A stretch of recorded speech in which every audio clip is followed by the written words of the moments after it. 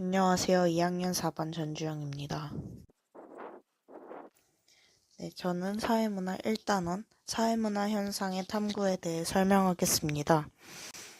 먼저 사회문화 현상과 자연현상의 특징을 비교해 보겠습니다. 먼저 자연현상에 대해 정리해 보자면 인간의 의지와 상관없이 자연적으로 발생하는 현상을 말합니다.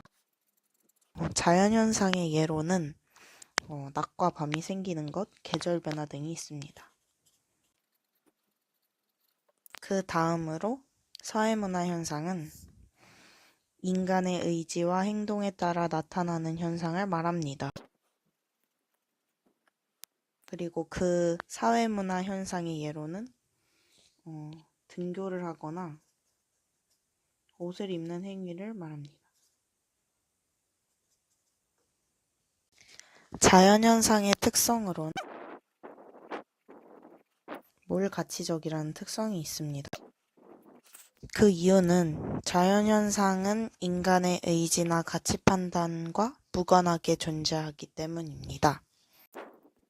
하지만 사회문화 현상은 인간의 의도와 가치가 내포되어 있어 가치 함축적이고 자연현상과는 달리 마땅히 그러해야 한다는 당위적인 규범도 작용합니다. 수소와 산소가 결합하면 물이 되는 현상처럼 자연현상은 같은 조건에 따라 결과가 언제 어디서나 똑같이 나타납니다. 이러한 점에서 자연현상은 보편성을 지닙니다. 반면에 사회문화현상은 보편성과 함께 특수성도 함께 나타납니다. 예를 들어서 각 지역의 사람들이 가족을 이루고 살아간다는 점에서 보편성이 있지만 지역마다 각기 다른 가족 제도와 결혼 제도가 있다는 점에서 특수성이 존재합니다. 반면에 일반적으로 지능이 높으면 학업 성취도가 높지만 그렇지 않은 예외가 있듯이 사회문화 현상은 자연현상과 달리 같은 조건에서 다른 결과가 나타나기도 합니다. 다시 말해서 일정한 조건 아래서 어떤 결과가 발생할 가능성이 확률적으로 높을 뿐이고 그 인과관계가 필연적인 것은 아닙니다. 처럼 사회문화 현상은 개연성과 확률의 원리가 존재하는데 이는 사회문화 현상이 인간의 의지와 가치 판단에 따라 나타나기 때문입니다. 다음으로 사회과학의 등장과 최근 연구 경향에 대해 알아보겠습니다. 현대사회에 접어들면서 사회과학은 더 세분화되었습니다.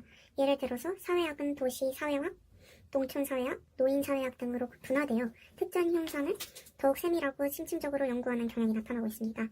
하지만 실제 사회문화 현상은 다양한 분야와 상호 밀접한 관계를 맺고 있어서 개별 학문을 연구하는 것만으로는 사회문화 현상을 제대로 이해하기 어렵다라는 말이 나오고 있어서 이에 따라 사회문화 현상을 총체적으로 이해하기 위해서 개별 학문의 연구 성과를 종합하는 간학문적 탐구가 이루어지고 있습니다.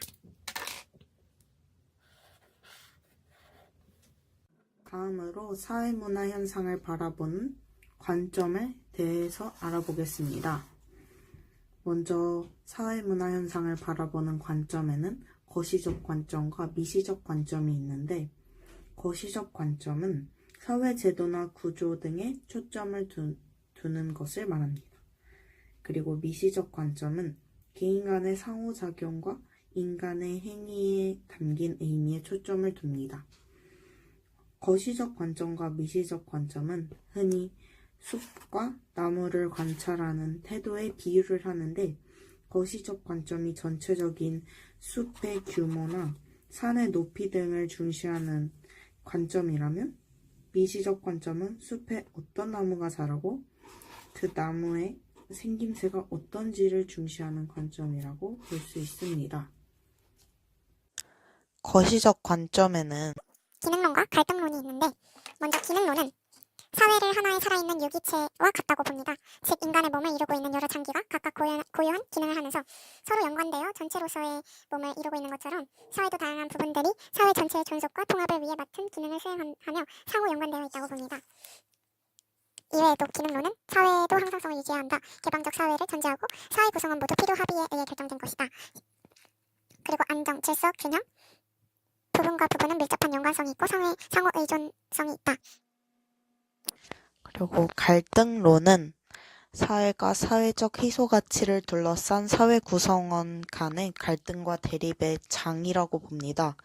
사회적 희소 가치를 획득한 지배 집단은 부와 권력을 이용하여 기존의 지배 관계를 유지하려고 하지만 피지배 집단은 이에 도전함으로 갈등과 대립은 항상 존재할 수밖에 없다는 것입니다. 이처럼 갈등론에서는 갈등을 비정상적인 현상이 아니라 사회의 본질적인 속성으로 보며 오히려 사회 변화와 사회 발전의 원동력이 된다고 봅니다. 그 다음으로 미시적 관점에는 상징적 상호작용론이 있습니다. 상징적 상호작용론은 사회 구조보다 일상생활에서 일어나는 개인의 상호작용에 초점을 둡니다. 이에 따르면 사회문화 현상은 개인 간의 일상적인 상호작용 과정에서 주관적인 의미와 해석을 주고받으며 형성되고 변화한다고 봅니다.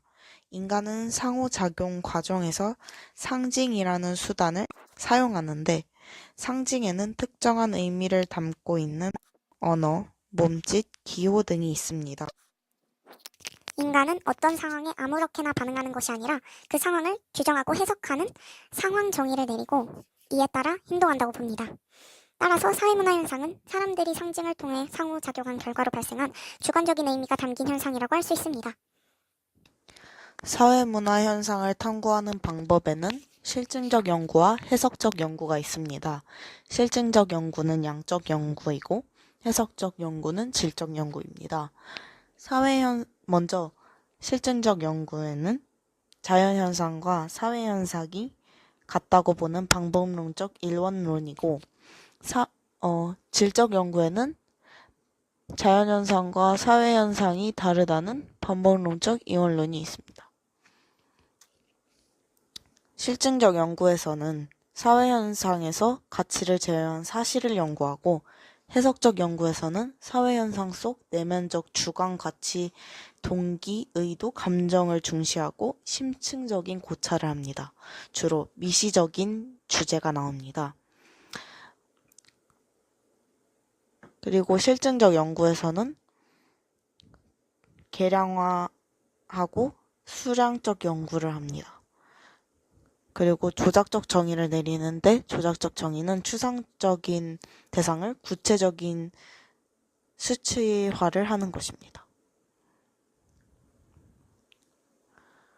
그리고 자료 수집 방법은 실험법과 질문지법이 있습니다. 해석적 연구의 자료 수집 방법은 면접법과 참여 관찰법이 있습니다.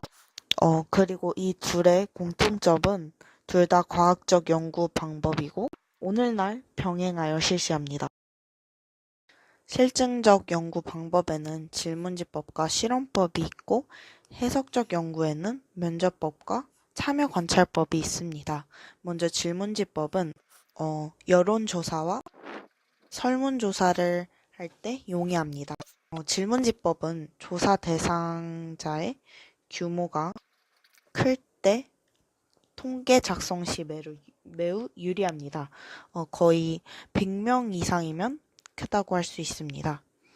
그리고 구조화 표준화된 자료를 수집하고 해석적 연구의 면접법에는 소수를 대상으로 속내를 알기 위한 연구에 적절한 연구 방법이라고 할 수 있습니다. 연구자와 대상자 간의 친밀감이 중요하고 이에 대한 면접법의 장점은 심층적 정보를 수집할 수 있고 응답률과 정확성이 높고 언어 장벽이 낮습니다. 언어 장벽이 낮다는 말은 문맹자에게 단점은 시간과 비용이 많이 들고 조사자의 전문성이 요구되며 편견, 주관 개입 가능성이 아주 높습니다.